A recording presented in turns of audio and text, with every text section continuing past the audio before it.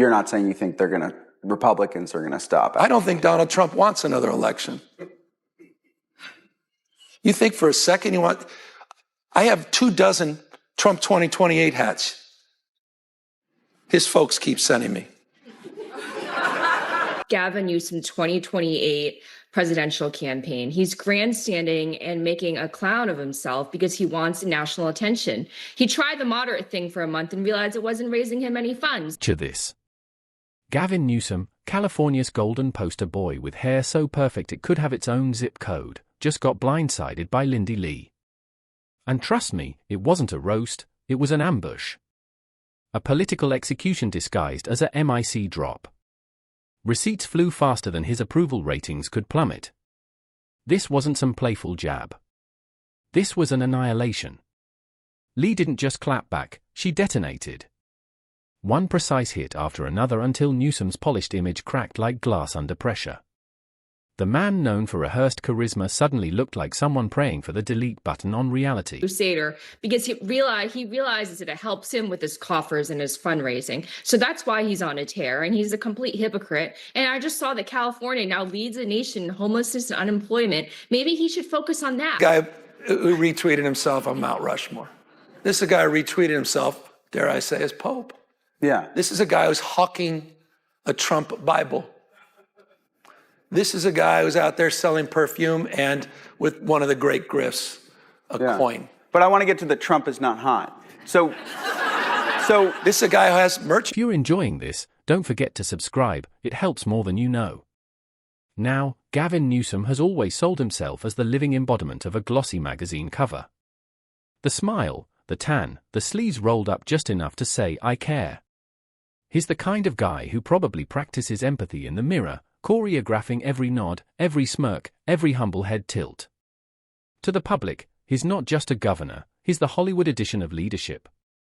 A man who looks ready to fix California one designer hammer swing at a time. A moderate for about a month. I think it was April, when May. he started his podcast? Exactly. He started his podcast. He had Charlie Kirk on. He tried the moderate shtick. Realized that it didn't get him the donations that he wanted. And then he was like, wait a minute. Being an anti-Trump crusader actually gets me money. I want people to be aware that a lot of what politicians say on TV, on social media every day is to get the coffers, to get money rolling into the coffers, to get their fundraising. The thing about gloss, one scratch and the illusion fades. Enter Lindi Lee. Not with a scratch, but with a blowtorch. And suddenly, the poster boy of California politics looked like melting wax. What could possibly shake a man who survived wildfires, power outages, and the San Francisco brunch scene all in one political lifetime? Apparently, someone who isn't dazzled by his shine. Someone who doesn't buy into his Hollywood governor act. I want to say that $1 billion in 100 days is not just run of the mill. This is astounding. And I have a duty of care to my donors who gave millions of dollars, and it wasn't easy for them to give. Some of them were paying in installments. It was a sacrifice for them. They looked for ways to give. So, people gave their hearts and souls to the campaign. They deserve a serious accounting to see why we were told that she was close or even winning in some of the swing states, but we lost all 7. Well, what did they say? We heard on the podcast, but what did they say on this call? Did they accept any blame? Did they sort of talk about mistakes that were made? No. Because while Gavin was busy rehearsing for his Commander-in-Chief audition, hair flip included, Lindi Lee arrived armed with receipts that burned hotter than a Malibu wildfire. Let's rewind.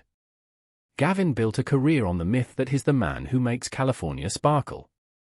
He doesn't walk into rooms, he arrives, like a perfume ad brought to life. He's the kind of politician who makes people instinctively guard their wallets while nodding at his charm. His entire brand depends on selling California as a utopian paradise, and himself as the sun-kissed savior holding it together. Not only did Gavin Newsom lie, he was the biggest liar. He was the one, and I was there. He was the one in the spin room lying to the entire world on the night of the debate, saying it was just a cold, nothing to see here, move along.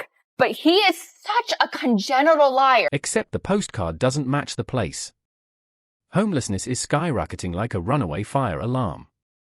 Taxes could make Elon Musk cry into his stock portfolio. And businesses? They're fleeing the state like contestants in a survival show. Yet somehow, Gavin spins it, illusion after illusion, as if everything's thriving. It's mesmerizing in a tragic way, watching him pull endless scarves from a hat while the audience drowns in smoke. And then comes Lindi Lee, the voice cutting through the haze, shouting, "That's not a rabbit. That's a rat in a tuxedo." Who is she? Not just another online commentator. She's a scalpel, sharp, fearless, and surgical. Her words slice through Gavin's PR armor like it's tissue paper. When she speaks, people listen. And this time, she didn't throw shade. She pulled the plug on the spotlight. Instead of focusing his time on this complete waste of taxpayer money, he has no agenda items. He has nothing positive to offer the American people. The only thing he cares about is himself. Everything is about him. And even Democrats understand this guy is truly fake. He's if you look up snake oil salesman in the dictionary, you would see his face right next to the definition. I wasn't sure if it was going to be snake oil or hair grease or hair product, but you never know. Actually, probably both. Lee didn't just expose him, she dismantled him. Point by point. Homelessness? Billions spent, yet tents keep multiplying like bad headlines. Her argument was brutal in its simplicity. Gavin isn't fixing problems, he's wallpapering over them. Then came the business exodus. California, once the promised land of innovation, is now watching CEOs flee to Texas like it's a tax-free paradise. And while Gavin crafts speeches about progress, Lee reminded everyone that you can't call it progress when the best minds are packing their Teslas and disappearing over the border. Her most cutting blow? Calling out the hypocrisy. The ambition. The acting. Because Newsom isn't running California, he's using it as a movie set for his presidential dream. It drives you crazy that people still speculate that you're waiting in the wings to run for president. I know it's not going to happen. You know it's not going to happen. But what do you think is fueling that speculation? I don't know. I don't think much anymore. And I'm so proud of the president and the incredible job he did. Didn't surprise me at all. And I know it didn't surprise you. I really believe that. I said to my friend the other day, I said, you know, on this age, we can get into debates around fitness. Look, I'd rather have 80 years behind me than those 88 federal criminal counts in front of me. And so I feel very good about. Brilliance of Lee's takedown? It wasn't loud, it was lethal. Cold, clear, and factual. She didn't rant, she presented reality like an autopsy report. And when reality hits that hard, it echoes. Suddenly, the myth of Gavin's invincibility shattered. Californians weren't seeing a hero anymore, they were seeing a landlord who keeps promising to fix the leaks next week. Lee didn't just expose him, she humiliated him. She made his entire campaign image look like a luxury resort brochure with bedbugs in the fine print. The reaction? Instant. The media smelled blood. Supporters started whispering. The golden boy of the West Coast suddenly looked like a man standing in the ruins of his own PR machine.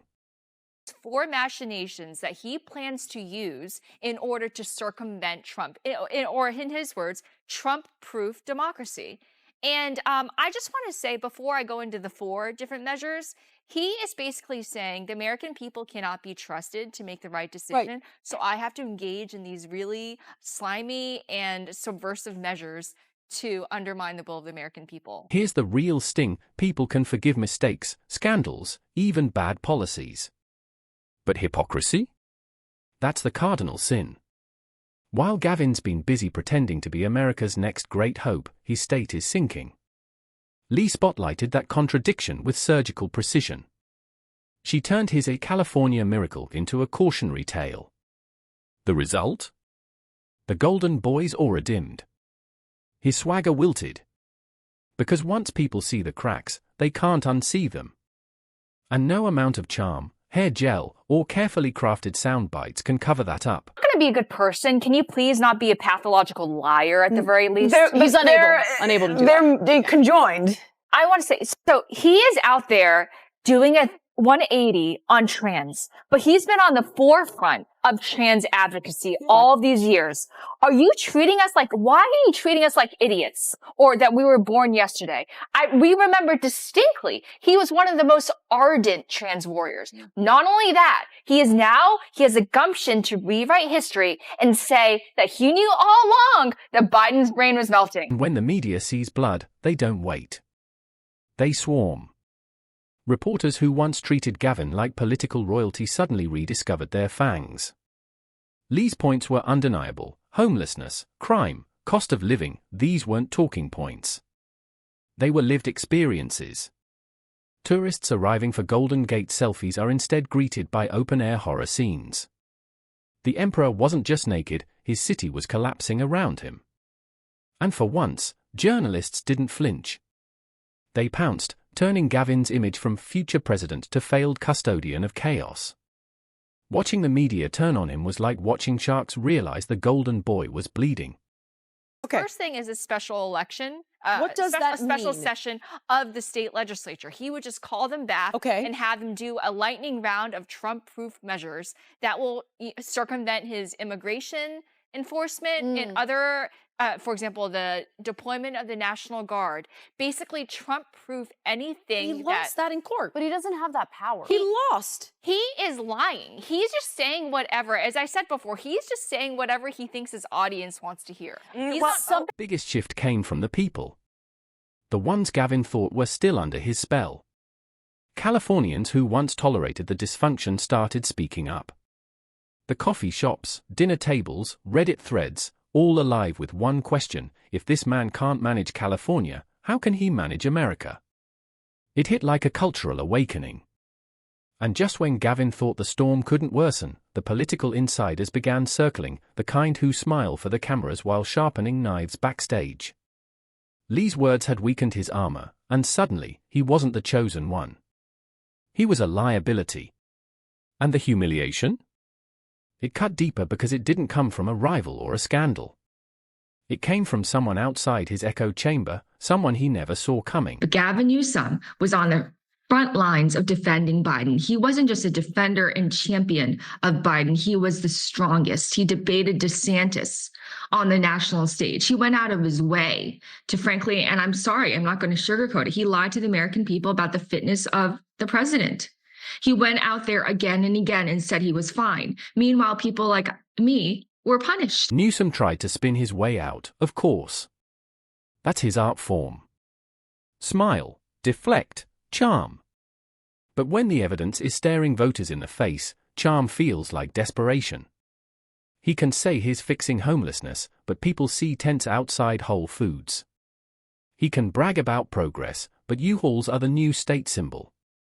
He can dream of the White House, but Californians wonder if he's fit to run a neighborhood watch. Lee's takedown hurt because it wasn't about scandal, it was about truth. The gap between his ambition and his performance. He's not a visionary anymore, he's a salesman whose product stopped working.